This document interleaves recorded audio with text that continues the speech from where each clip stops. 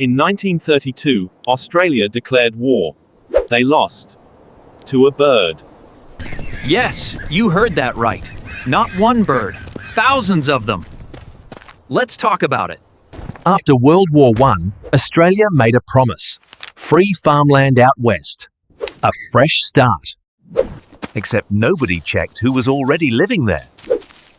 20,000 emus.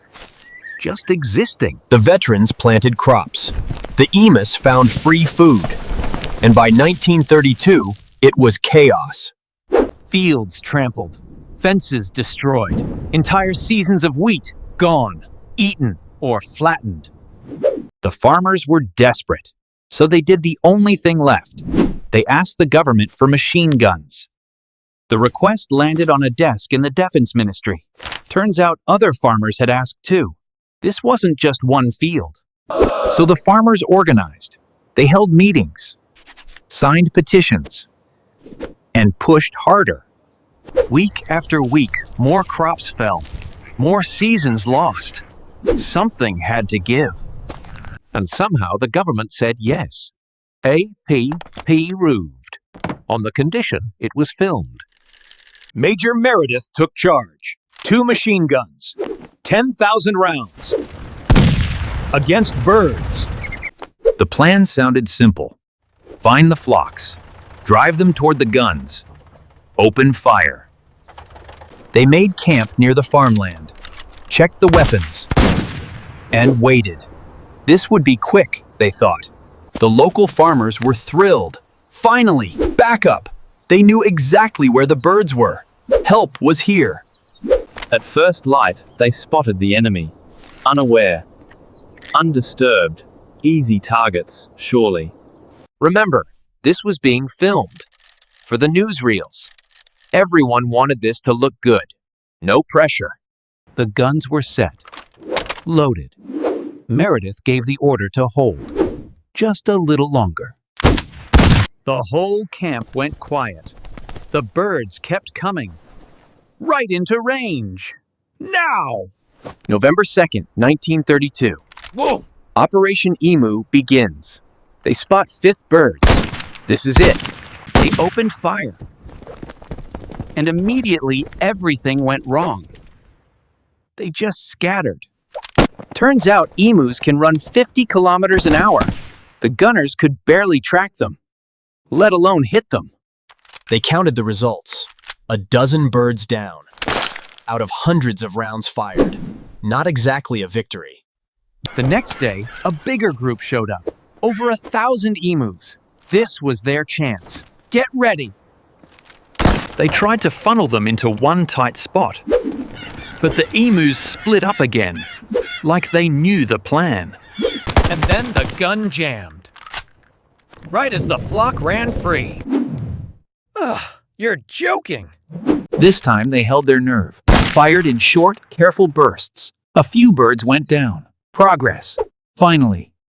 Meredith just stood there, watching them disappear. 12 birds from 1,000. This was not going to plan. That night, they regrouped. Meredith needed a new idea. A moving gun platform. Sounded good on paper. They had a small fleet of trucks. And a spare gun. Why not combine them? Let's try it. Someone had an idea. Mount the gun on a truck. Surely that would work. It did not work. Every bump threw off the aim. Every turn lost the target. It was less a weapon, more a carnival ride. One emu ran straight at them. The driver swerved, nearly tipped the whole truck. The bird won that round. They pulled over to regroup. The truck idea was dead. The birds hadn't lost a single one that day. Not one. Someone kept a tally. Thousands of bullets. A few dozen birds. The math wasn't pretty. Meredith later admitted something. He said the emus had the invulnerability of tanks. He meant it as a compliment.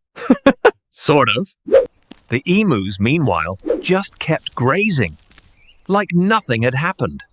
Infuriating. Days passed. Ammunition was running low. And results were still thin. This wasn't sustainable. A report went back to headquarters. The numbers weren't kind. Barely a dent in the population. Someone was going to ask questions. And someone did. A reporter, tagging along, taking it all in. This was going to make headlines. They tried one more approach. Wait where the birds drink. But the birds seemed to sense it. Every single time. It got to the point where the soldiers joked the birds had a scout. It wasn't really a joke anymore. After 6 days, fewer than 100 birds down, out of thousands of rounds. It was hard to call this progress. Meredith sent a report. He was honest about it. The birds were simply outsmarting them.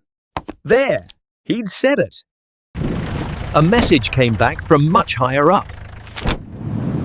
Stand down, just like that. The press got involved, and they were merciless, losing a war to birds. The operation was called off. One paper called it the Emu War, complete with cartoons. Nobody found it funny at camp. It even reached Parliament. Someone stood up and asked if a medal should go to the Emus for their tactical genius. Meredith took it hard.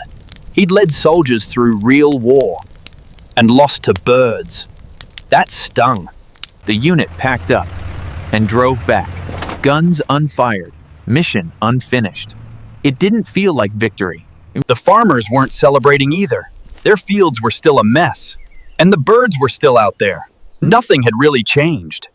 The story spread fast, across the country, then further than that. Everyone loved this story. Back in the capital, people wanted answers. Someone had to explain this. It wasn't going to be a fun meeting. Meredith gave his account. He didn't make excuses. The birds, he said, were simply better organized than expected. But the farmers weren't giving up. Their fields were still at risk. So they wrote again and again. The pressure kept building. Turning down the farmers wasn't easy.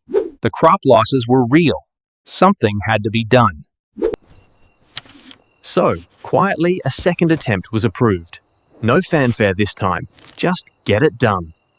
This time, no cameras, no headlines to chase, just the job. And a lot more patience. They changed their strategy, studied how the birds actually moved. Instead of chasing them, they'd wait for them. And it started working. Slowly, steadily, numbers actually climbing. Finally. Over the following weeks, the count kept rising, fields slowly recovering. It wasn't dramatic, but it was working. By the end, a few hundred emus had been culled, out of tens of thousands. A dent, not a solution. So the government tried something else. A bounty system.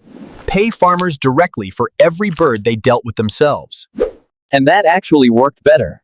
They knew their land. They built better fences too. Simple fixes, in the end. Over the following months, the crops came back. The emus were still around. Just managed, not defeated. Meredith filed his last report. It ended quietly. No parade for this one. Some wars end like that. Fast forward to today. Emus are still out there, actually protected. In most places now, old rivalries die hard. It's a real chapter in history books, taught semi-seriously in Australia. Most people assume it's a joke. It very much was not. The internet never forgot it either. Endless jokes. The scoreboard everyone remembers. Fair, honestly. So next time someone says history's boring, remind them about this one. You're welcome. 20,000 emus, machine guns, trucks, a truce, and in the end, the birds won. If you enjoyed that, there's a lot more where it came from. History's full of stories this weird. You just haven't heard them yet.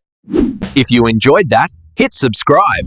History's full of moments this ridiculous. We're just getting started.